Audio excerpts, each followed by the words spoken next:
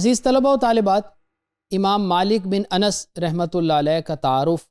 اور آپ کی خدمات کا ایک اجمالی جائزہ ہم پچھلے موڈیول میں دیکھ چکے اور پڑھ چکے۔ اس موڈیول میں ہم یہ سمجھنے کی کوشش کریں گے کہ امام مالک بن انس رحمۃ اللہ علیہ نے اپنی فقہ کو کون سے اصول اجتہاد پر استوار کیا۔ عزیز طلبہ و طالبات، امام مالک رحمۃ اللہ علیہ کے ہاں اصول اجتہاد میں قرآن مقدم ہے۔ قرآن کریم سب سے پہلے قرآن کریم ہی سے استفادہ ہوتا ہے، قرآن کریم ہی سے حکم اخذ کیا جاتا ہے۔ اس کے بعد امام مالک رحمۃ اللہ علیہ کے ہاں سنت نبوی ماخذ ہے۔ سنت نبوی کے اوپر کامل عمل جو ہے وہ آپ کے اصول اجتہاد میں شامل ہے، یعنی جہاں سنت آ جائے گی وہاں بعد میں آنے والے یا اس سے فروتر کسی بھی ماخذ کو نہیں لیا جائے گا۔ اور امام مالک رحمۃ اللہ علیہ کے ہاں سنت پر عمل اس قدر تھا کہ آپ ضعیف حدیث کو قیاس پر ترجیح دیتے تھے، یعنی اگر تعارض ہو جائے اور قیاس اور ضعیف حدیث دونوں میں سے کسی ایک کو لینے کی نوبت آئے تو امام مالک رحمۃ اللہ علیہ ضعیف حدیث کے مقتضا کو لیا کرتے تھے، ضعیف حدیث سے جو چیز ثابت ہو رہی ہے اسے لیا کرتے تھے اور قیاس کو وہاں چھوڑ دیا کرتے تھے۔ امام مالک رحمۃ اللہ علیہ کے ہاں نص کا ظاہر، یعنی وہی معاملہ جو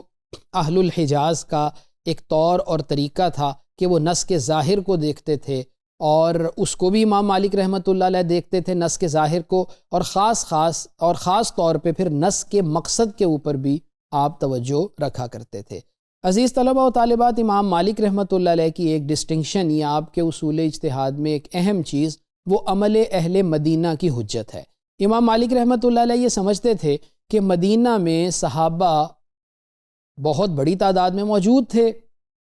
اور صحابہ کرام رضوان اللہ علیہم اجمعین نے جو عمل کیا وہ صحابہ کی اولادوں نے، جو تابعین ہیں، انہوں نے دیکھا تو مدینہ منورہ کے اندر کسی عمل کا عمومی طور پہ ہونا اس بات کی دلیل ہے کہ وہ سرکار دو عالم صلی اللہ علیہ وآلہ وسلم کی مضبوط سنت ہے، اور اہل مدینہ کا جو اجماع ہے وہ بھی ایک بہت بڑی دلیل ہے۔ اور وہ یہ سمجھا کرتے تھے کہ جب عمل اہل مدینہ سے کوئی چیز ثابت ہو جائے تو وہ گویا سنت متوارثہ بن جاتی ہے، ایک ایسی سنت بن جاتی ہے جو ایک طبقے کے بعد دوسرا طبقہ اور دوسرے طبقے کے بعد تیسرے طبقے میں موجود رہی ہے، تو گویا وہ عام خبر واحد کے مقابلے میں بہت زیادہ مضبوط ہو جاتی ہے۔ اس لیے اس کو خاص طور پہ آپ نے لیا، اور عمل اہل مدینہ سے جو چیز ثابت ہو جائے اس کے مقابلے میں آپ دیگر احادیث سے ثابت شدہ چیز کو نہیں لیا کرتے تھے۔ پھر امام مالک رحمۃ اللہ علیہ کے ہاں قیاس بھی ایک اہم اصل ہے، اور آپ اسی قیاس کو لیا کرتے تھے جو نصوص کے ساتھ متعارض نہ ہو۔ پھر امام مالک رحمۃ اللہ علیہ مصالح مرسلہ کو بہت اہمیت دیتے تھے، یعنی مصلحت تین طرح کی ہوتی ہے۔ ایک وہ مصلحت ہے جو ثابت ہے، قرآن و حدیث میں واضح اس کا ذکر ہے، ایک وہ مصلحت ہے کہ جو بالکل فاسد ہے، اور ایک وہ مصلحت ہے جس کے اعتبار اور عدم اعتبار کا ذکر ہمیں نصوص سے، یعنی نصوص سے وہ ثابت نہیں ہوتے، انہی کو مصالح مرسلہ کہا جاتا ہے۔ امام مالک رحمۃ اللہ علیہ نے مصالح کو محدود نہیں کیا، بلکہ آپ نے فرمایا کہ وہ مصالح جن کا اعتبار اور عدم اعتبار ہمیں شریعت سے ثابت نہیں ہوتا لیکن وہ عوامی بھلائی پر مشتمل ہیں، انہیں ضرور لینا چاہیے۔ اور امام مالک رحمۃ اللہ علیہ نے اس میں شرط یہ رکھی کہ وہ قرآن و سنت سے متصادم نہ ہو۔ پھر امام مالک رحمۃ اللہ علیہ کے ہاں سد ذرائع ایک اہم فقہی اصول ہے، یعنی گناہ کے دروازے بند کر دیے جائیں۔ اگر کوئی عمل خود اس عمل کو فوکس کرتے ہوئے دیکھیں تو وہ غلط نہیں ہے، لیکن آئندہ وہ کسی گناہ کا سبب بن رہا ہے تو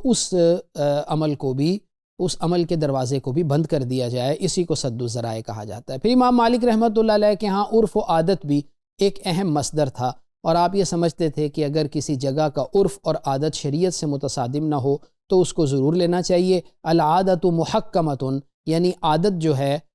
اس کو لیا جائے گا اور اسی کو حکم اور فیصلہ کن بنایا جائے گا۔ یہ امام مالک رحمۃ اللہ علیہ کے اصول اجتہاد میں ایک اہم اصل کے طور پر ہمارے سامنے آتا ہے۔ عملی اجتہاد میں احتیاط اور مصلحت کا امتزاج امام مالک رحمۃ اللہ علیہ کی فقہ کی ایک ڈسٹنکشن ہے۔